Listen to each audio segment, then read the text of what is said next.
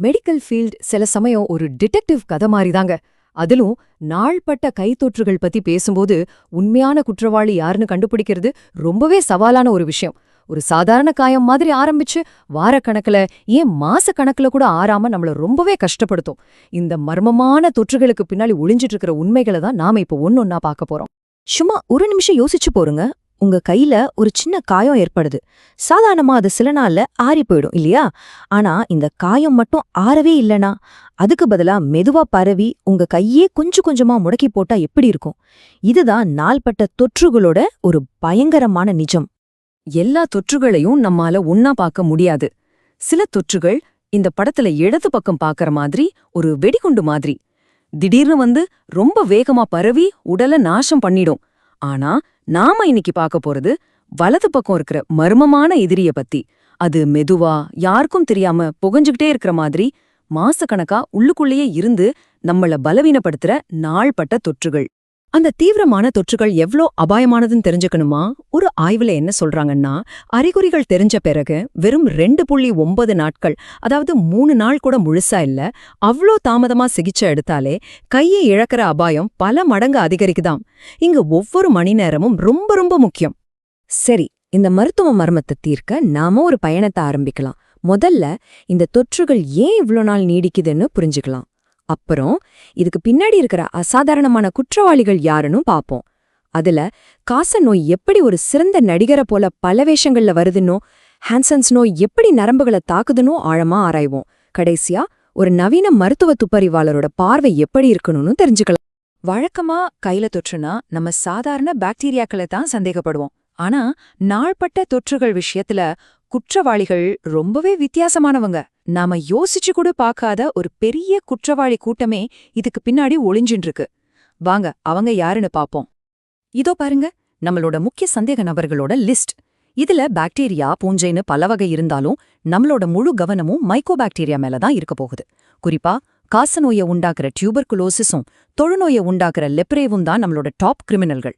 இவங்கள கண்டுபிடிக்கிறது சாதாரண விஷயமே இல்ல. மருத்துவருக்கே ஒரு ஷெர்லாக் ஹோம்ஸ் மாதிரி ஒரு தீவிரமான சந்தேகம் இருந்தாதான் உண்டு. சரி, நம்மளோட விசாரணையில முதல் முக்கிய குற்றவாளிய பாப்போம். காசநோய்.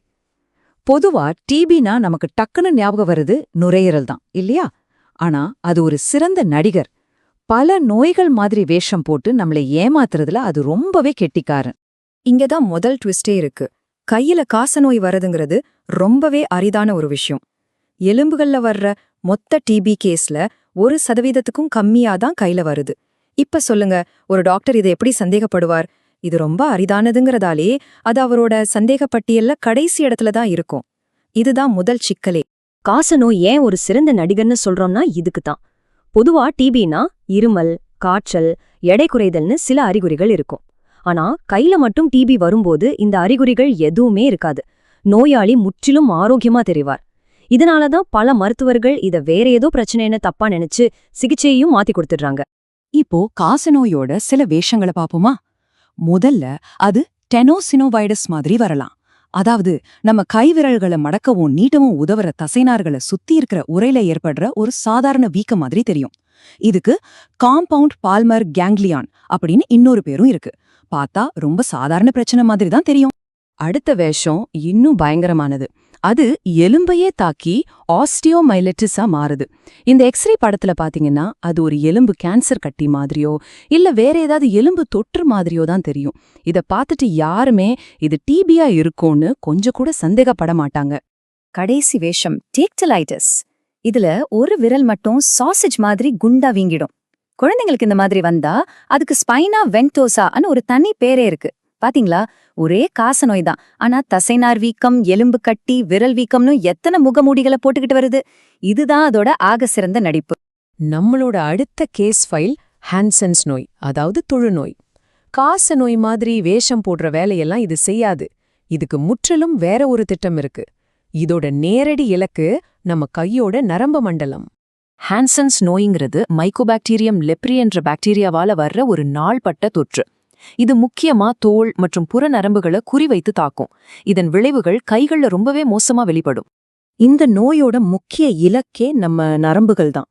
இந்த பாக்டீரியா நம்ம கையோட உணர்வுக்கும் இயக்கத்துக்கும் காரணமான அல்னார், மீடியன் போன்ற முக்கியமான நரம்புகளுக்குள்ளேயே ஊடுருவிடுது.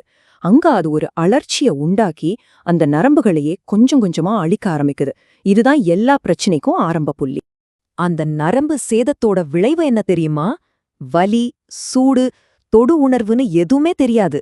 ஒருத்தர் கொதிக்கிற தண்ணில கைய விட்டா கூட உங்களுக்கு வலிக்காது. இதனால தசைகள் பலவீனமாகி சுருங்கி கடைசில கையோட வடிவமே மாறிடும். இதுதான் ஹான்சன் ஸ்னோரோட கொடூரமான முகம்.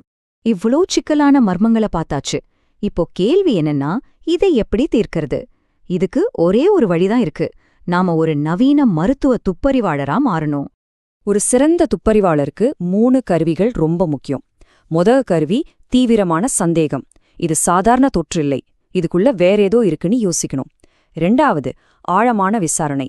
நோயாளி எங்கெல்லாம் பயணம் செஞ்சார், என்ன வேலை பார்க்கறாருன்னு எல்லா விவரங்களும் சேகரிக்கணும். கடைசி மற்றும் உறுதியான கருவி பயோப்சி. பாதிக்கப்பட்ட இடத்துல இருந்து ஒரு சின்ன சதையை எடுத்து பரிசோதனை செஞ்சா மட்டும்தான் உண்மையான குற்றவாளி யாருன்னு நம்மால உறுதியா சொல்ல முடியும்.